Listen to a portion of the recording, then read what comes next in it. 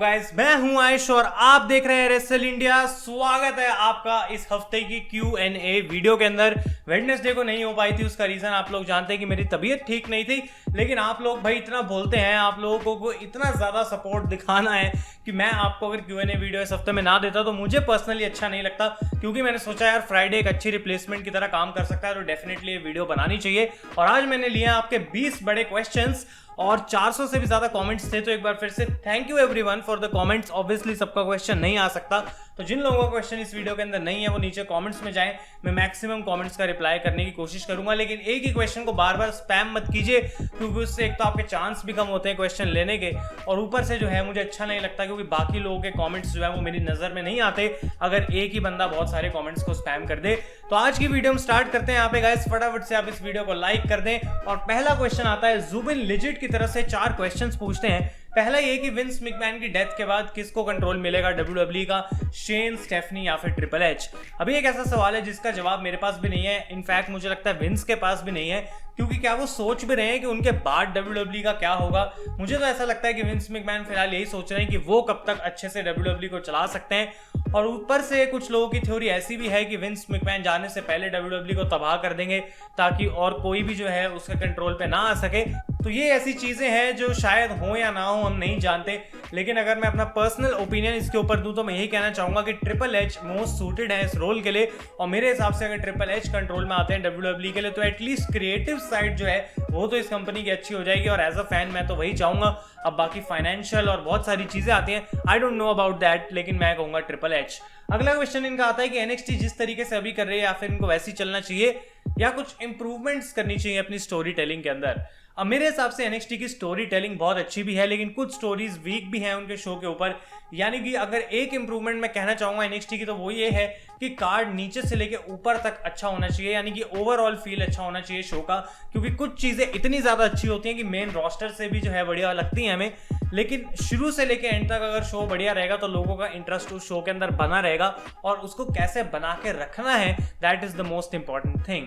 अगला क्वेश्चन आता है undisputed era equal to future shield like team? अब मेरे को नहीं लगता शील्ड और अनडिस्प्यूटेड एरा के अंदर कोई भी यहाँ पे सिमिलैरिटीज हैं। दोनों अलग अलग टाइप की टीम है, और अगर मेन रोस्टर पे जाते भी हैं सारे सुपरस्टार्स, तो क्या विंस मैकमैन इनको एज अनडिस्प्यूटेड एरा यूज करेंगे या फिर नहीं, आई डोंट नो। और शायद यही रीजन है कि ट्रिपल एच अभी एडम कोल को नहीं जाना चाहते मेन रोस्टर पर लेकर, क्योंकि अभी भी अनडिस्प्यूटेड एरा फीचर कर रही है NXT में, और वो चाहते हैं कि जब तक मैं इनको यहाँ पे रख सकूं, that will be better for their future. और इनका फाइनली क्वेश्चन आता है कि अगर ब्रॉन स्ट्रोमन को भी लैंस आर्चर और ब्रायन केज जैसे मॉन्स्टर्स की तरह बुक करा जाएगा, तो क्या उनकी भी जो है आगे का फॉर्चून बदल सकता है? अब ऐसा भी नहीं है कि AEW ने लैंस आर्चर और ब्रायन केज को भाई बहुत ही ज्यादा कमाल बुक करा है, क्योंकि उनके जो पहले 2 मेन मैचेस थे, इन दोनों का ही पहला मैच जो था उसमें वो हार गए इतनी बड़ी बिल्ड के बाद। तो डेफिनेटली उनको मॉन्स्टर की तरह फीचर करा जा रहा है, लेकिन दूसरी तरफ ब्रॉन स्ट्रोमन को अगर हम देखें तो कभी कार्टून बन जाते हैं, कभी फनी बन जाते हैं, तो उससे क्रेडिबिलिटी नहीं मिलती उनके कैरेक्टर की। भाई एक टाइप का तू बंदा है, तू चैंपियन है, तो बेसिकली एक ही तरीके से उनको मेंटेन करके रखना चाहिए, या तो मॉन्स्टर रहे या फिर कॉमेडी रोल रहे, आई डोंट नो। लेकिन हाँ, अगर उनको अच्छे से बुक कराया जाएगा तो डेफिनेटली उनके लिए बेटर रहेगा। अगला क्वेश्चन आता है मुताहिर टीवी की तरफ से। पूछते हैं my question, Cain Velasquez return for Rey Mysterio? अब केन वेलास्केज में मुझे कोई इंटरेस्ट नहीं है भाई, अगर आते हैं तो ठीक है, नहीं भी आते तो कोई फर्क नहीं पड़ता। उनके आने से ना कोई हाइप बनी थी पिछली बार, और ना ही इस बार बनेगी। सेथ रॉलिंस को कब चैंपियनशिप मिलेगी? तो भाई आई डोंट नो, लेकिन सेथ रॉलिंस को फिलहाल कोई टाइटल की जरूरत नहीं है, क्योंकि जिस फ्यूड के अंदर है वो शायद वैसे ही इतनी उभर कर आ रही है कि रॉलिंस अगर टाइटल नहीं भी जीतते हैं भी कुछ देर तक, तो कोई फर्क नहीं पड़ेगा।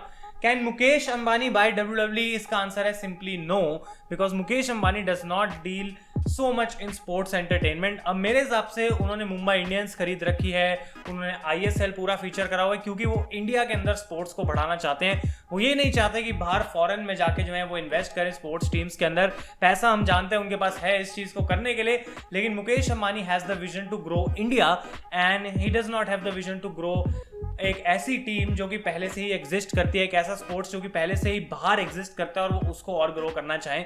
तो उनका विजन कुछ अलग है, और इसकी वजह से इसका आंसर मैं कहूंगा नो। अगला क्वेश्चन आता है प्रीतम की तरफ से। पूछते हैं the current good story line according to you in WWE and AEW, please pick my question? Thanks for a question. और अगर एक स्टोरी में चुनना चाहूँ WWE में से, डेफिनेटली सेथ रॉलिंस वाली स्टोरी लाइन है जो मुझे अभी काफ़ी सही लग रही है। अब ये नहीं पता कि किस एंगल पे जाके वो आगे रुकेगी, किस तरीके से उसकी एंडिंग हमें देखने को मिलेगी। और दूसरी तरफ अगर हम देखें तो बेली और साशा बैंक्स की स्टोरी लाइन काफ़ी सही चल रही है। और AEW की मैं बात करूँ तो I think Jericho and Orange Cassidy has been a good feud. और मॉक्सली की जो फ्यूड है वो उतनी अच्छी तो नहीं थी, लेकिन जेरिको जो फीचर कर रहे हैं, जिस तरीके से टैग टीम्स को भी दिखाया जा रहा है, आई थिंक वो काफी अच्छा चल रहा है AEW के अंदर। अगले क्वेश्चन की हम बात करते हैं गाइस, तो ये आता है मोनजीत दास की तरफ से, which is the worst feud of this half year according to you. अब वर्स्ट फ्यूड यार बहुत सारी हैं, लिस्ट में मेरी गोल्डबर्ग और ब्रॉन स्ट्रोमन की फ्यूड तो एक्चुअली में वो नहीं थी, लेकिन उसको मैं डाल दूंगा तब भी लिस्ट के अंदर। ब्रॉन स्ट्रोमन और ब्रे वायत की भी फ्यूड मैं डालना चाहूंगा, क्योंकि कुछ मजा ही नहीं आया, ऐसा लग ही नहीं रहा कि चैंपियनशिप के लिए फ्यूड चल रही है। और अगर AEW की मैं बात करूं तो बहुत सारी ऐसी फ्यूड्स हैं जिनमें मजा आ रहा था, लेकिन फिर उन्होंने डिलीवर नहीं करा, जैसे कि ब्रोडी ली अगेंस्ट जॉन मॉक्सली, उतनी अच्छी नहीं लगी मेरे को फ्यूड। और बहुत सारी गंदी गंदी तो फ्यूड्स हैं यार, अगर हम लोअर लेवल पे देखें तो आप लोगों को पता ही क्या चल रहा है आजकल। अगले क्वेश्चन की हम बात करते हैं, आता है आंशिका की तरफ से, पूछते हैं according to you what are the things WWE should improve including NXT to increase their TV ratings and attract the fans who have stopped watching WWE।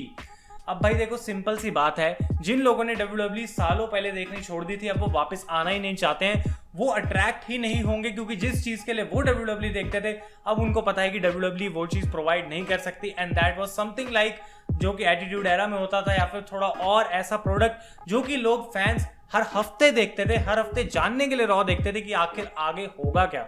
अगर आप ध्यान से सोचें तो अब ऐसी क्या चीज है कि हम अगले हफ्ते रॉ के लिए रुक ही नहीं सकते।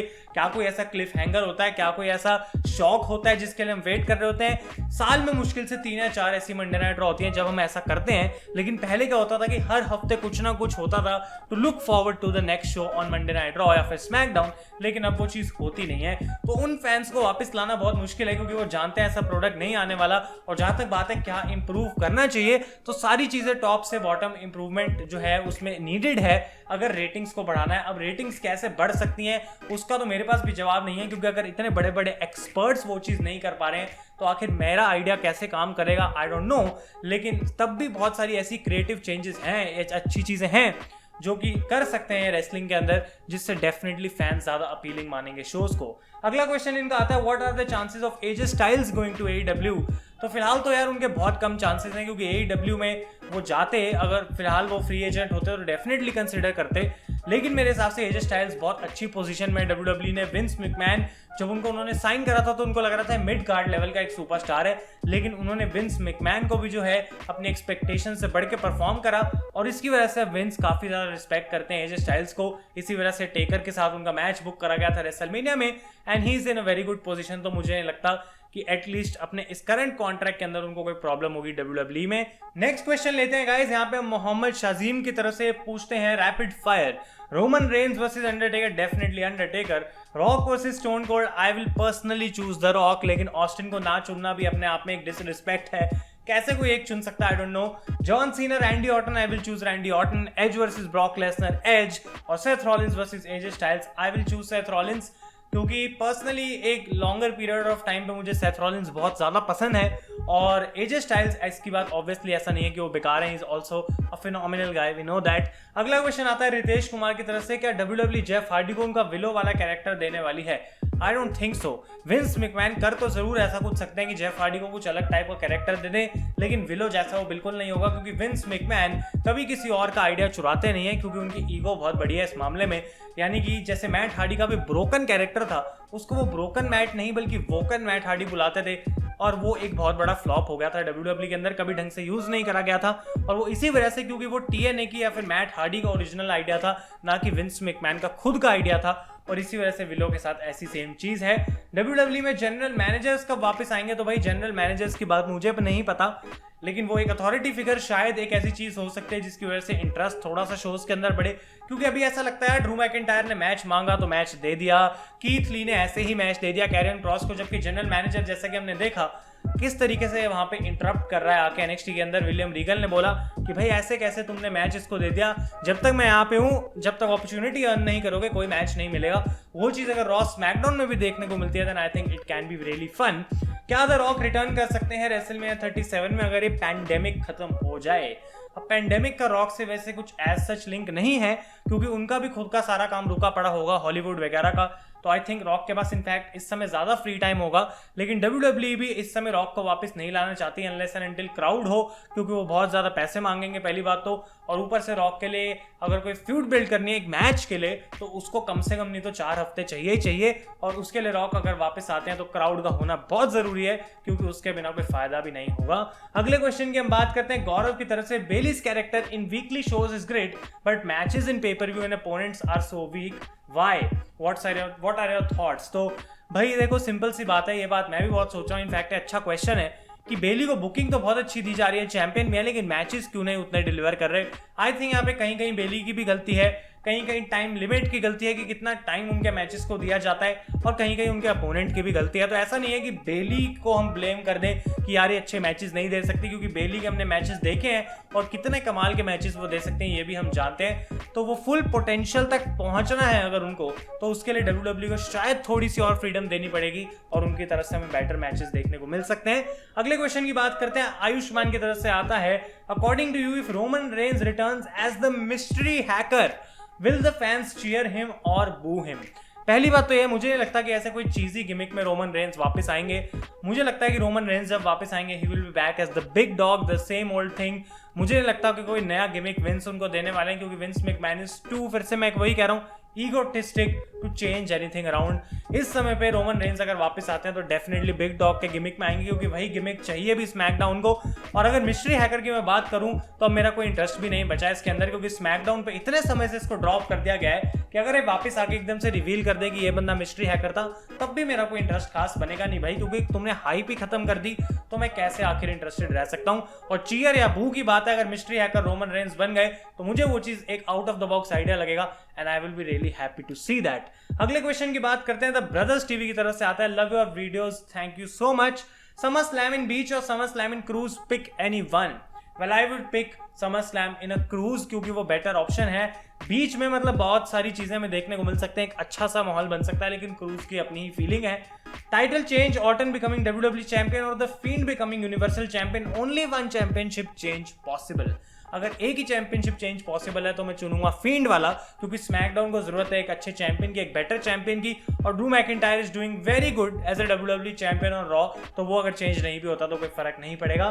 द ग्रेट खली और Jinder Mahal better world champion, definitely Jinder Mahal, क्योंकि उनकी बुकिंग बहुत बेटर थी। Return of the Rock as a full timer और रिटर्न ऑफ CM पंक, ये एक ऐसा क्वेश्चन है जिसमें मैं कहूंगा भाई आंसर कैसे दूं? दोनों ही चीजें मुझे चाहिए, लेकिन फिर से मैं आपको कहूंगा CM पंक का रिटर्न मैं देखना चाहता हूं, क्योंकि वो मेरे हिसाब से बिगेस्ट पॉसिबल चीज होगी रेसलिंग के लिए। रॉक का वापस रिटर्न होना एक रियलिस्टिक पॉसिबिलिटी नहीं लग रही, इसी वजह से मैं CM पंक के लिए चुनूंगा। This one is special, you going out on a date with a WWE diva Alexa Bliss और मैंडी रोज, एनी वन? तो यार Alexa Bliss, I will choose between these two, but ये बहुत क्रूअल चीज कर दी भाई तुमने मेरे साथ कि इन दोनों में से कोई एक ही चुनना है, why not both? Next question आता है आशीष की तरफ से, he पूछता है, watching your series of Monday Night Wars, so what do you think if ratings fan pressure and all those things put Vince down, will he be back with that attitude era? और ये एक ऐसा question है जो कि आप लोग बहुत ज्यादा पूछ रहे हैं मुझसे मंडे नाइट वॉर्स के कमेंट्स में कि क्या वो चीज आज के दिन में हो सकती है, और इसका सिंपल आंसर है नहीं। इसका पहला आंसर ये है कि विंस जो है अब वैसी चीज नहीं करने वाले, क्योंकि इतने सालों तक WWE जो है एक सक्सेसफुल कंपनी के फॉर्म में काम कर रही है and as a PG company, और वो अपनी उस ऑडियंस को गंवाना बिल्कुल नहीं चाहते जिसको मेंटेन करने में उनको 15-20 साल लग गए हैं। तो ये पहला रीजन है। और दूसरा है गाइस एडवर्टाइजिंग। आजकल की डेट में लोग ऐसा कंटेंट टीवी पर अगर देखते हैं तो उस पर अपने प्रोडक्ट को एडवर्टाइज नहीं करते, और एडवर्टाइजिंग जो है एक बहुत बड़ा पार्ट होता है फाइनेंशियल का, जिससे WWE पैसे कमाती है। तो ये दो मेन रीजंस हैं जिसकी वजह से विंस अगर चाहे भी तो एटीट्यूड एरा वापस नहीं लेकर आ सकते। लेकिन डेफिनेटली इसका मतलब ये नहीं है कि कंटेंट एजियर नहीं बन सकता या फिर हमें थोड़े बेटर ब्रूटल मैचेस नहीं देखने को मिल सकते। वो डेफिनेटली चीजें कर सकते हैं, लेकिन फुली एटीट्यूड एरा को वापस ले आए ये पॉसिबल नहीं है। अगले क्वेश्चन की हम बात करते हैं, कार्तिका की तरफ से आता है, rapid fire Monday Night Wars और वेडनेसडे नाइट वॉर। डेफिनेटली भाई मंडे नाइट वॉर, क्योंकि वेडनेसडे नाइट वॉर तो अभी ऐसा लग रहा है अपने बचपन में है, अभी तो बड़ी होगी और देखते हैं कब तक चलेगी। एक बार जब खत्म हो जाएगी उसके बाद हम जज कर सकते हैं, लेकिन definitely Monday Night Wars, Cesaro और नाकामुरा, सिजारो, TNA और ROH, I will choose TNA, NJPW और AEW, I will choose NJPW, क्योंकि उन्होंने लॉन्ग टर्म सक्सेस पाया, जबकि मैं खास देखता नहीं, लेकिन AEW भाई ऐसी बात नहीं है, मैं अब देख रहा हूँ तो बहुत बढ़िया मुझे वो भी कंपनी लग रही है। डिक्सी कार्टर और टेड टर्नर, अब ये भी खास कुछ ऐसा है नहीं कि मैं एक चुन लूँ तो कुछ बेटर हो जाएगा, पर टेड टर्नर मैं इसलिए कहूंगा क्योंकि उन्होंने हमको एक ऐसी चीज दी जो कि WCW थी, जो कि हर फैन याद रखता है, so that's why him. Matt और Jeff, definitely Jeff Hardy. Vince Russo और विंस मैकमैन। ओमेगा और Nakamura, NJPW version, Kenny Omega. Please pick my question, मैं धन्य हो जाऊंगा। भाई हो गए आप धन्य, मैं धन्य। अगले क्वेश्चन की हम बात करते हैं तो पावर हाउस की तरफ से आता है। भाई मेरा क्वेश्चन ये है कि आप पहले WWE में जो सुपरस्टार्स के थीम सॉन्ग्स काफी अच्छे आते थे, मतलब उनके सॉन्ग्स में लिरिक्स होते थे और सुनने में भी मजा आता था, लेकिन आजकल के सॉन्ग्स कुछ ऐसे हैं कि इंटरेस्टिंग नहीं है, लिरिक्स नहीं है। मतलब बेली और सेथ रॉलिंस का तो गाना सेम लगता है, और भाई ये चीज तुमने ऐसी पिक करी है जो मैं खुद सोचता हूँ, मतलब गाना बजता है तो मैं सोचता हूँ भाई बेली, सेथ रॉलिंस, स्मैकडाउन में मतलब चल क्या रहा है। तो डेफिनेटली थीम सॉन्ग एक ऐसी चीज है जो कि फैंस को पंप करती है यार। ता ता ता ता ता ना ना ना, तो ये हल्क होगन का थीम सॉन्ग है, और शॉन माइकल्स है, एज है, इतने सारे बढ़िया बढ़िया थीम सॉन्ग्स हैं। और आज में मतलब पता नहीं आखिर इसके पीछे रीजन क्या है, Vince McMahon is the reason, लेकिन यार ये बहुत गलत बात है कि थीम सॉन्ग्स को तो फन बनाओ, लेकिन फन शायद जो है अब WWE में बचा नहीं है कुछ। और जूडस को अगर हम देख लें तो एक रेवोल्यूशन सी लेके आए इस साल में, उसने वापस हमें याद दिलाया कि थीम सॉन्ग कितना पॉपुलर हो सकता है, and Judas is a prime example. अगले क्वेश्चन की हम बात करते हैं इंडियन थिएटर रिएक्शंस की तरफ से, पूछते हैं can WWE versus AEW go to Monday Night Wars level. फिर से मैं वही कहूंगा, डेफिनेटली जा तो सकती है यार, लेकिन ये NXT और AEW का कंपैरिजन है, WWE वर्सेस AEW नहीं है फिलहाल। तो अब ये मत सोचे कि रॉ और स्मैकडाउन के साथ डायनामाइट कंपीट कर रही है, ऐसा भी नहीं हो रहा है, क्योंकि ratings in the end matter. Monday Night Wars क्यों वॉर्स थी? क्योंकि टीवी रेटिंग्स मैटर करती थी। आज के लोग बोलते हैं हमें रेटिंग से फर्क ही नहीं पड़ता, तो इस चीज से भी फर्क नहीं पड़ना चाहिए कि वॉर कितनी आगे जा सकती है। डेफिनेटली आगे जा सकती है, लेकिन AEW कब पहुंचेगी रॉ और स्मैकडाउन के लेवल पे वो देखना बाकी है। अगला क्वेश्चन आता है गाइस पंकज पांडे की तरफ से, और ये पूछते हैं is there any chances of a CM Punk return in a WWE ring?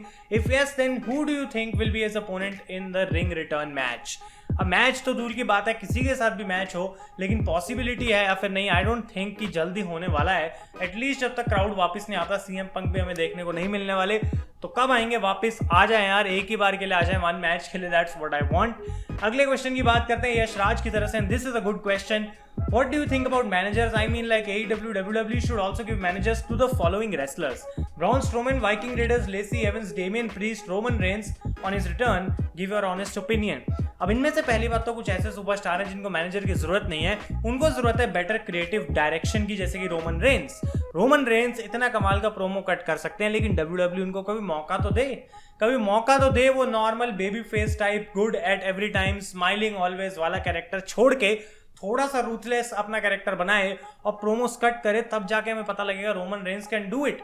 और मैनेजर्स ब्रॉन स्ट्रोमन जैसे सुपरस्टार्स की तो बहुत ज़रूरत है, क्योंकि मॉन्स्टर को हमेशा कोई मैनेजर मैनेज करे ये अच्छा लगता है देखने में। लेसी एवंस भी ऐसी सुपरस्टार है जो कि एज ए हील मुझे लगता है क्रिंज वर्दी है, और एज ए फेस भी क्रिंज वर्दी है, तो उनको तो पता नहीं क्या ही करना है। और डेमियन प्रीस्ट भी एक ऐसे सुपरस्टार है जिनको मैनेजर दिया जाए काइंड ऑफ अच्छा हो सकता है, लेकिन he can also work as a single superstar. अगले क्वेश्चन की हम बात करते हैं अमनदीप सिंह की तरफ से, और ये पूछते हैं बेसिकली कि बेली और साशा बैंक्स की जो फ्यूड है, पहले उसके लिए सारे लोग बहुत इंटरेस्टेड थे, और उसके बाद WWE खींचती जा रही है उनको टैग टीम के अंदर, तो क्या जब ये फाइनली फ्यूड हो गए हम उसके लिए इंटरेस्टेड रहेंगे भी, या फिर एकदम ऐसा ही हो जाएगा कि बेली एक ब्रांड पे चली गई, साशा दूसरे पे चली गई? अब मुझे लगता है कि WWE स्लो बिल्ड कर रही है, लेकिन अभी हमें वेट करना चाहिए, क्योंकि समर स्लैम के मैचेस अनाउंस हुए नहीं है, तो मुझे लगता है कि यहाँ पे मैच समर स्लैम में ही होने वाला है। अगर नहीं होता तो शायद WWE के एंड पे वो एक गलत डिसीजन होगा, so I would ask you to wait, और अगर ये मैच समर स्लैम में होता है तो डेफिनेटली ये फ्यूड अच्छी हो जाएगी। अगले क्वेश्चन की हम बात करते हैं, आता है केशव की तरफ से, और ये पूछते हैं bro your second channel was fantastic, who do you quit या why do you quit wrestle India gaming, please come back. अब भाई सिंपल सा रीजन उस चैनल को क्विट करने का ये था, वो तो मेरा एब्सोल्युटली मेन चैनल ही था, लेकिन गेमिंग मैंने उसको तब करा जब यूट्यूब ने उसको परमानेंटली डिमोनेटाइज कर दिया, यानी कि अगर मैं वहाँ पर कोई वीडियो डालता भी हूँ तो I can not make anything of that video. और अगर गेमिंग वीडियोस की मैं बात करूँ तो उसमें और भी ज़्यादा मेहनत लगती है बनाने में। तो करूँगा मैं अगर मेरे पास टाइम हो, क्योंकि अभी भी मेरा शेड्यूल जो है वो बहुत बिजी रहता है, तो I will think about that. लेकिन देखेंगे गाइस कि कैसे होता है, अगर कभी भी उस पर कोई वीडियो आएगी तो मैं आप लोगों को बता दूंगा। नेक्स्ट क्वेश्चन की हम बात करते हैं, fever of all sea nation, क्या बिग ई बन सकते हैं नेक्स्ट बिग थिंग, एंड अभी टेड टर्नर और विंस का रिलेशन कैसा है? Very nice question. Big E मेरे हिसाब से हाँ बन सकते हैं यार, उन्होंने पहले भी सिंगल सुपरस्टार की तरह जो है करा है, लेकिन बिग ई फिर से एक ऐसे सुपरस्टार है, मैनेजर का रोल आता है, तो ये एक ऐसे सुपरस्टार है जिनके साथ में मैनेजर देखना चाहूंगा, डेफिनेटली बहुत अच्छे तरीके से काम कर सकते हैं। और विंस और टेड का रिलेशन मुझे लगता है बिल्कुल ठीक है, उस बात को बहुत साल बीत चुके हैं, टेड 81 ईयर्स ओल्ड हैं, वो अपने बिजनेस में इन्वॉल्व है, विंस अपने बिजनेस में इन्वॉल्व है, तो definitely they are like very rich businessman now. और वो जिस कंपटीशन में लड़ रहे थे वो पहले ही बहुत सालों पहले खत्म हो गया था। और आज का फाइनल क्वेश्चन आता है लिल बंची की तरफ से, very good name, rapid fire है। रेसलिंग स्किल रोमन रेंस और Seth Rollins, current best tag team Usos और न्यू डे, भाई दोनों ही कहां ढंग से परफॉर्म कर रहे हैं। मैं तो कहूंगा इस समय बेस्ट टैग टीम AEW में, लेकिन इन दोनों में से वो एक चुनना हो तो मैं चुनूंगा ऊसोस को। मोस्ट अंडररेटेड डॉल्फ और Cesaro, definitely Cesaro. Best mic skills right now Miz और केविन रियली? मिज और केविन ओवेंस के अलावा इतने सारे सुपरस्टार हैं जो कि कमाल के प्रोमो इस समय मुझे लगता है WWE में best on the microphone hands down is Bayley and it's Seth Rollins, इनके अलावा कोई है ही नहीं। उसके बाद best heel right now Baron Corbin और डॉल्फ जिगलर। भाई ये रैपिड फायर में ना उतना स्वाद नहीं आया जितना आना चाहिए था, मतलब बैरन कॉर्बिन और डॉल्फ जिगलर इस समय पे तो बैरन कॉर्बिन दिख ही कहाँ रहे हैं, मैट रिडल के साथ फ्यूड हो रही है बकवास सी, और Dolph Ziggler best heel is Randy Orton bro, and Becky 2 belts or Bayley 2 belts, finally this one I really like, and it is Bayley 2 belts because Becky 2 belts was cringe and cringe ended very soon for us fans. So guys ये था आपका Q&A, उम्मीद करता हूँ ये final question के answers मेरे cringe ना लगे हो आपको, और अगर ये वीडियो पसंद आए इसे लाइक करें। एक बार फिर से thank you so much for giving all your questions, मजा आया बहुत ज्यादा आप लोगों के क्वेश्चंस का जवाब देके। अगले हफ्ते एक बार फिर से मिलेंगे। Thank you so much for watching, मैं हूँ आयुष और आप देख रहे हैं